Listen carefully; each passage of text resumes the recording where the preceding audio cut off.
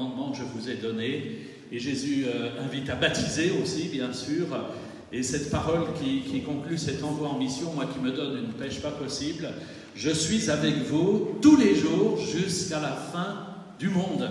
Alors c'est vrai qu'il nous faut tous nous considérer comme missionnaires, disciples missionnaires. Alors comment se former, comment se ressourcer, comment vivre aussi un peu comme les apôtres ont vécu l'expérience du mont Tabor, hein.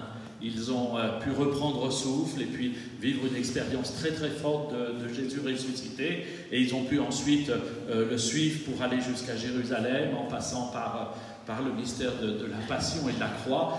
Mais parce qu'ils ont eu le mont Tabor, parce qu'ils ont eu la transfiguration du Seigneur, ils ont pu vraiment vivre une expérience forte de Jésus. Alors voilà, c'est un peu ce défi que nous nous donnons ces prochaines semaines, et c'est pour ça que le 24 juin, on confie cela au Seigneur et puis à notre méditation à nous tous.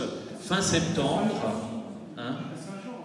Oui, à Saint-Jean-Baptiste, bien sûr, on va le faire dans un instant en lisant l'Évangile, mais on confie au Seigneur cet élan missionnaire qui va inviter les paroissiens de nos 4 paroisses, de notre groupement Rive-Loiret, participer à ce congrès missionnaire, voilà, le 27, le 28, le 29 septembre. C'est un grand défi, c'est à la suite bien sûr du synode, et c'est pour notre groupement paroissial aussi l'initiation d'un élan pour annoncer l'évangile plus audacieusement. Vous avez remarqué sûrement dans la prière du synode, il y a à 2 reprises, notre évêque a voulu à 2 reprises mettre en évidence l'expérience de l'audace. Hein, l'audace, c'est peut-être dépasser nos peurs, c'est dépasser nos appréhensions, c'est vivre quelque chose de nouveau. Souvent, on a un peu peur de ce qui est nouveau, on a un peu peur de ce qui innove. Vous voyez, on préfère rester dans nos habitudes, dans ce qu'on connaît, dans notre périmètre. Eh bien, là, je pense que le Seigneur, par l'Esprit Saint, nous invite à innover, nous invite à aller de l'avant pour ce congrès missionnaire. Vous avez peut-être remarqué aussi dans la vidéo, il est question de la jeunesse.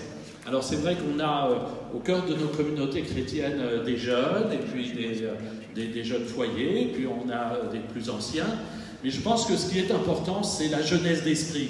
Vous voyez, on peut très bien avoir 80 ans et puis d'être d'une jeunesse d'esprit incroyable, qui est enthousiaste et plein de bonheur. Alors, demandons cela au Seigneur. Ne nous disons pas tout de suite « Oh, ben voilà, un congrès missionnaire, moi je suis un peu, je suis trop âgé, il faut laisser ça aux jeunes. » Je pense que c'est ouvert à tous parce que de fait, on a tous à remplir notre mission, quel que soit notre âge, avec beaucoup de joie et d'enthousiasme. Voilà, je crois qu'on va nous permettre aussi de continuer cette soirée.